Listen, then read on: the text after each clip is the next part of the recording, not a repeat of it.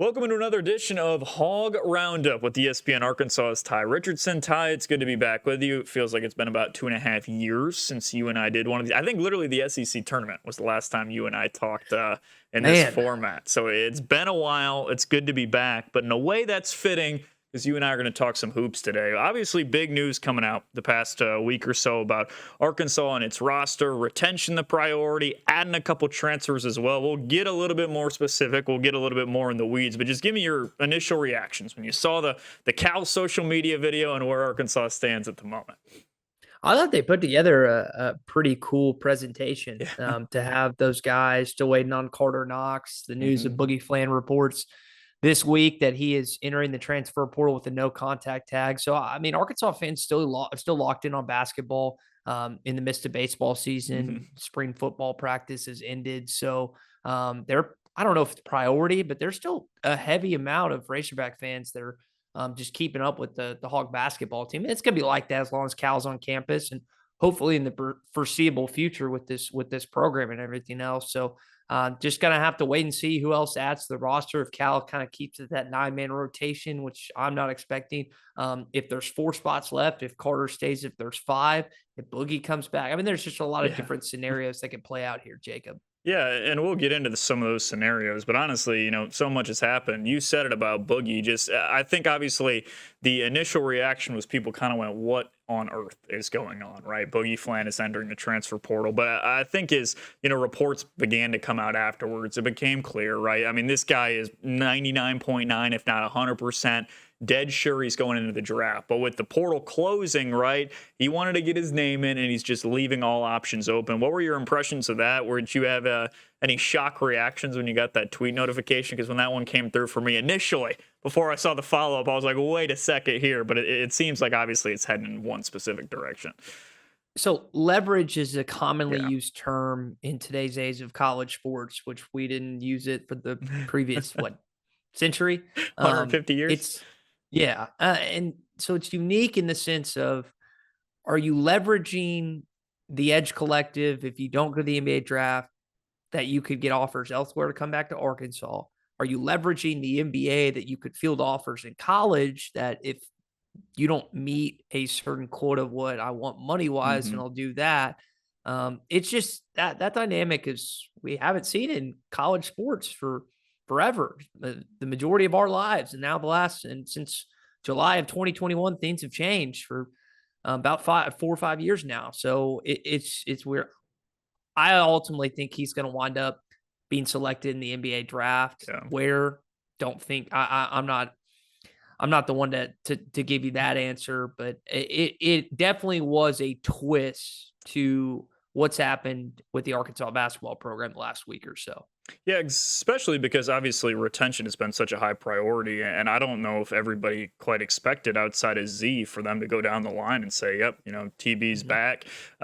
Carter Knox pending draft stuff is maybe back. Billy Richmond, right? Like they went down the list, and so for that to come out, I think surprised people a little bit. But I did think he was good, and it makes sense. Cal was quick to get on Twitter, and he said been talking with him the past couple days. I fully expect he's still going to be in the draft, and that's a player's coach in terms of Cal getting on top of that. But let's talk a little bit about that retention, where people were wondering, right? Is Cal going to go balls to the wall in the transfer portal? Is he going to go nuts? And he added 2 great pieces, and we'll get there. But I thought it was a key piece or a key way that he went about building this roster in terms of why not retain the pieces that got you to a Sweet 16, and let's be honest, should have gotten you to an Elite 8 if one of 20 different things goes right. What were your impressions of bringing the amount of guys back that they did? Were you surprised? Because quite frankly, I didn't think with the backcourt pieces they have coming in, I didn't think they'd be able to entice a guy like DJ Wagner to stay. And I was worried about maybe a Billy Richmond as well.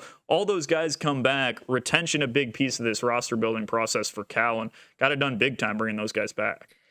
Yeah, I think the DJ Wagner point's accurate. I felt like with Malik Thomas and Darius Yeah. Cub, he would be the most likely to leave. And yet he's coming back as now a junior in college basketball, one hmm of the veterans on this team. TB's, I guess, entering year 5, I think, of his career. You bring in Nick Pringle, who's played plenty of SEC Yeah. basketball in Tuscaloosa and Alabama. I know, again, we're talking more about the returnees, but it's an exciting roster, and it might be, I mean, depending on who he adds out of the portal, one of the more veteran laden rosters that Cal's ever had as a college basketball coach, which that's where we are nowadays. So I think, like yourself, I was pleasantly surprised at the Mhm. amount of guys that are coming back to this team. And you look at the guys that contributed on that run, like you discussed, especially if Carter comes back, if he Yeah. decides, I can play myself into a lottery pick. I mean, that's that's 4 of your 5 guys. Yeah. For not 4 of your 5, excuse me. John Elway starting in that roster, but you think about just how that could play out. That's huge. And so I think Arkansas basketball fans have to be through the roof right now. I know things can change any given day as we're recording this on a Wednesday, but you've got to be pumped if you're an Arkansas basketball fan where this roster is right now. And what else could be added? Who's to know?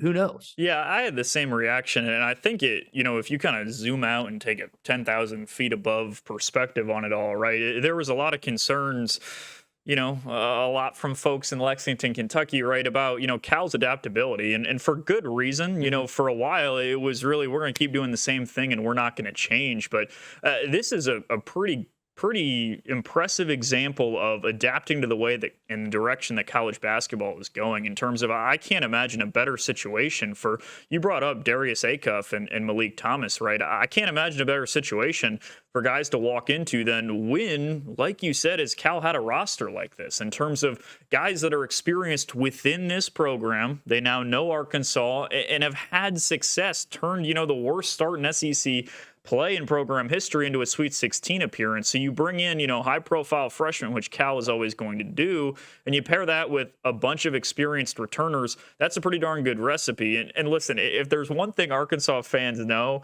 it's to not really trust preseason rankings when you go back the past couple of years, right? Whatever it was, 14 this past year. I don't remember what it was before the implosion in the last Muss year, right? But if you put that aside for 1/2 second, in terms of preseason rankings and way too early top 25s, that's why you're seeing Arkansas pop up in the top 10 all over the place, right? Because this amount of talent that they've put together has the potential to be really special. And we know it's got to play out on the court to actually matter. But let's talk transfers a little bit because, that was where Arkansas was clear.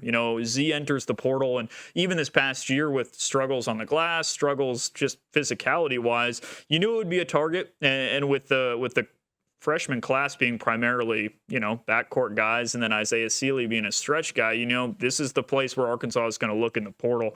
Malik Ewan and Nick Pringle, two different types of bigs, but two uber talented bigs now enter the fold. And with the talent that you have in the backcourt, the depth that you have in the backcourt, that's a really exciting prospect as well with these guys, both his physicality that they bring and Malik Ewan specifically with the way he can score the ball. Yeah, I can't wait to see that open practice that we hopefully get a chance to take in this summer or early on in the fall, because I mean it's gonna be a war. I hope Trevin plays like the Trevin that we saw at Yeah. the end of last year. You mentioned Ewan's ability to score inside. Really liked some of his highlights I saw at Florida State. Mhm. Pringle's stats aren't gaudy or anything, but I mean you just need a veteran presence. You need a grown man down low, and Nick Pringle's is that. I got in a debate with my brother about this. He was like, "Yeah, I don't know." It's like he's not explosive offensively. I think you don't need him to be. I mean, No. you alluded to Thomas and Acuff, and you've got other guys. I think Carter Knox has the ability to take a step up in his offensive repertoire, as does Billy Richmond. I don't necessarily think you need bigs to give you 20 and 10 in any given night. You need to have more like 10 and 8 with some assists and steals here and there. So I'm really the composition that's taken place thus far of the rosters is great. And those two additions, now you'll just see if they add. I mean, you got to have a shooter. That's the Mhm. thing. Like Yeah. this roster, if they try to play it as is next year, everyone pack the paint. And Arkansas would, I think, struggle. I know Acuff and Thomas, some of their statistics from high school days, but man, shooting in high school and EYBL and AAU and Nike Summit, whatever else they've been Mhm. doing compared to college, it's a different level. It's a different animal. So definitely looking for Cal to add a shooter or two. In addition, I wouldn't mind seeing another front court player on Yeah. this roster either. Yeah, I mean, this year was a hard lesson in the importance of depth, right? I mean, it was they made the decision to go tight in terms of rotation, tight in terms of the amount of guys that they took, and Cal didn't mince words on that front. He said, "Yeah, I probably would have done it differently, if I had it over again." And a lot of that is how money stretches and all the above. But you're one injury away from saying, "Man, we are really thin," and being in the spot that Arkansas was, where it's like, "Man, we're about to trot 7 guys out there. Foul trouble. If anything happens, you're in a really poor spot." But you mentioned, I think, the perfect point in terms of the front court guys, because what stood out to me is the efficiency of both as well. So Ewan is up near 60% last year, scoring 15 points per game, leads the ACC in field goal percentage. And why that's important is, A, it's just, good to put the ball in the basket more so than you don't. But when you talk about the team that Arkansas is going to have constructed next year, for all the reasons that you just said, you need guys that are going to be efficient scorers, and you don't need guys that are going to put up 40 in your front court. Because what's the old cliche saying? There's only one ball to go around. The amount of ball handlers Arkansas is going to have next year, it's going to be an embarrassment of riches, and it's going to be a process learning how to play with all that. But these front court pieces seem like they fit in really well in that regard. But you need shooting, and you need to figure out some way to be able to stretch the floor, because you might see the same kind of just pack it in 2-3 zones type of stuff that you were talking about. People might go that way to contain all those ball handlers next season if you don't add somebody that can stretch the floor. And that's a lot of times been done over the years to derail a more athletic Cal team, which 9 times out of 10 times when he walks into a gymnasium, his team's going to be more athletic. It's not always the case. I think college basketball has evened out a lot, especially in the Southeastern Conference. He doesn't have this huge leg up like he used to anymore. But that's the strength of his team is going to be getting to the rim and adding those pieces from the outside that can then knock down the shot. I mean, that stretched floor. I think back to 2 years ago when she had the best offensive team he's ever had from a statistics standpoint. And then they couldn't play a lick of defense. Dylan Ham, Shepard, those guys. I mean, they couldn't guard Jack Oakey and Oakland, and some other teams in the league that year. Arkansas hung 96 on them, I think, in Rupp, if I remember that right. So there's always a balance. There's an ebb and flow on what you want on your roster. And again, I think the shooter, like front court was the highest priority. You got 2 of those guys. Now you got to add to your and I say 2, you got Ratal too, so that's another one. Now you got to add to your shooting, like a wing or something, or even a shooting guard to help out when it comes to offense stuff next year. Yeah. That Kentucky team you brought up, that was the one too. They played that game against Alabama, where it was like a 119-105 or something. Up, just ridiculous. But yeah, shooting has to be a priority, and regardless, a lot to be excited about talent wise for this Arkansas team next season. It is going to be exciting, and you hope also this goes without saying, but with the amount of returners, you hope this team gets off to a better start. Man, because the expectations are going to be high, and it would just kill enthusiasm around this team if you see them struggle the way that they did off the rip in SEC play last year. But hey, quickly before I let you go, NFL draft season, the Hogs got a couple guys looking to get drafted. Obviously, it starts with Landon Jackson.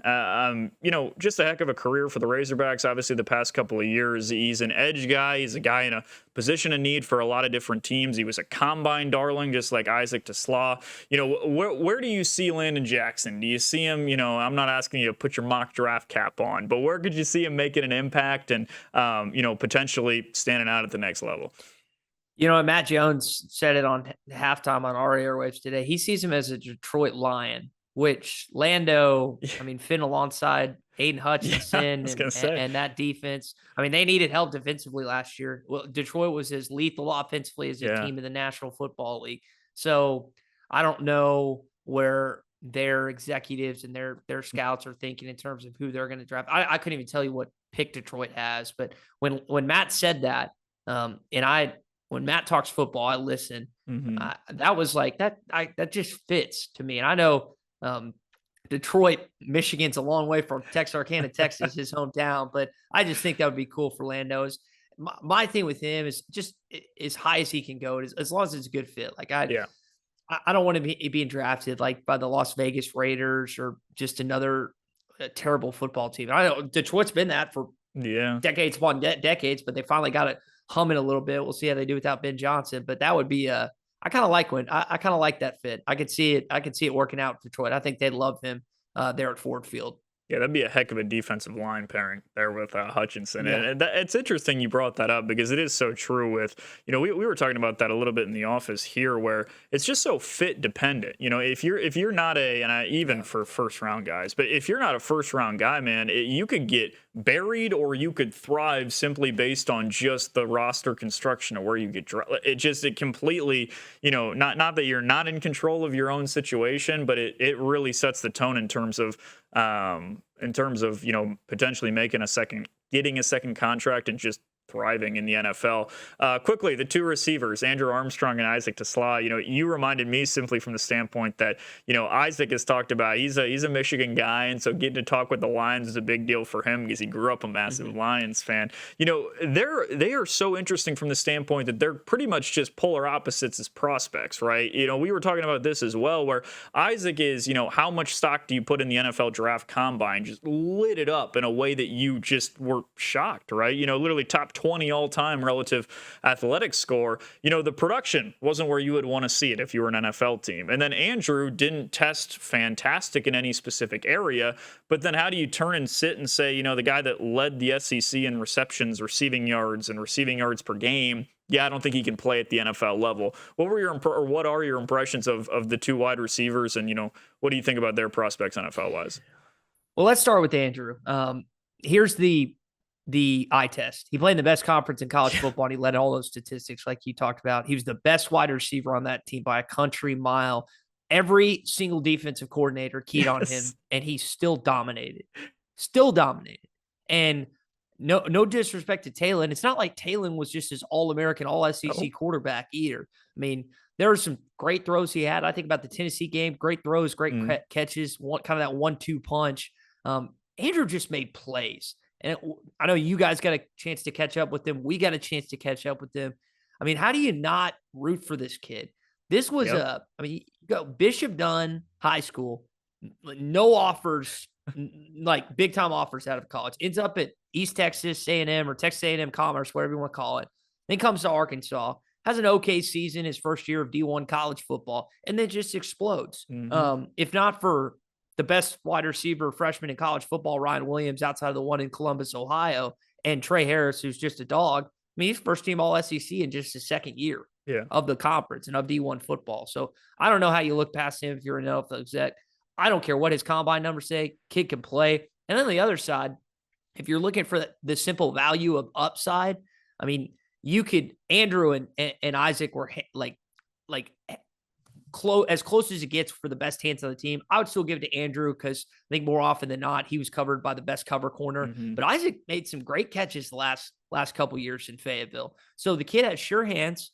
He tested in great ways, just like Landon did, as you mentioned. So there are areas of both those guys where if you're an NFL executive and you're looking, it's like, I like what could happen here. Is Isaac Tesla a day one starter when he gets to whatever franchise and whatever stuff that they have in training camp and everything else? No, but he can definitely make a run to potentially make a roster spot, start on special teams and move up from there. We'll see what happens. I'm rooting for both those guys because, man, I love Andrew Armstrong and Isaac was fun to watch as well. Yeah, Andrew, he had, when talking with Courtney in their sit down that they did, he said, man, I've been overlooked my whole entire life, and he just was like, when she asked him, you're falling, not falling, but, you're low on these mock drafts, what do you, and he's unbothered by it. And you got to love that mentality. And I'm with you. It's just, you're going to root for these guys no matter what, right? But the story for both of them is just so interesting from the standpoint that both Division II guys, both transfer into Arkansas, and then both thrive in different ways. Again, with Isaac testing the way that he did at the Combine, and then Andrew just producing at I was running through some of the numbers, right? He's got, last year, it's the second most receiving yards in a season in Arkansas history. In a way, a guy that led the SEC in receiving flew completely under the radar, right? Like people just didn't talk about it. He played 2 seasons, and he's 11th all time for Arkansas in receiving yards. He played 2 seasons, right? And so, it's pretty crazy when you count all that up. And coming from the Division II ranks, it's I'll be rooting for both of those guys, and it's just you hope they end up in a situation that allows them to thrive. Jacob, it didn't help that he only had one touchdown last season, Yeah. which just is you can't even fathom how that That's happened. And crazy. the other aspect of it was he was on a 4-8 and 6-6 football team. Yeah. So these national writers or SEC beat guys, they're not like paying attention to Arkansas or watching because he wasn't on great teams. Yep. I mean, if he was on Ole Miss this past season or Georgia or Alabama or another team, he'd be one of the most talked about wide receivers in college football. Mhm. Instead, how you just laid it out, I mean, how can you have all those categories as a leading guy and still, again, hover under so many people? Like I guarantee you there's NFL people that didn't even know who he was when he wound up on their boards. And that's like, you can't, like, I know we cover the Arkansas Razorbacks on a daily basis, but I don't know how you sit in a film session and watch this kid play. And you could say, well, he's not the fast. He's not. He's not. But he's a good route runner. He's got some of the best hands in college football. And again, that chip on your shoulder, there's been so many guys. I mean, the biggest example is Tom Brady, of course. Mhm. But there's been so many guys that have been looked over their entire lives. They get a chance in the NFL and they flourish. And I hope he's just another long list of one of those dudes. Yeah, I'm right there with you. That's the pitch. Send it out to NFL GMs, make it happen this weekend. But regardless, We're his agents. We're his agents. Just chime them all in. We'll get all three guys drafted here. But NFL draft season coming up the next couple of days. It'll be excited to see where all these guys land. Jaquindon Jackson, Eric Gregory, a couple guys as well, rooting for them. But regardless, it'll be a lot of fun to watch. But that's going to do it for this week's Hog Roundup with Tye Richardson. That is Tye Richardson. I'm Jacob Morris, and we'll talk to you next week.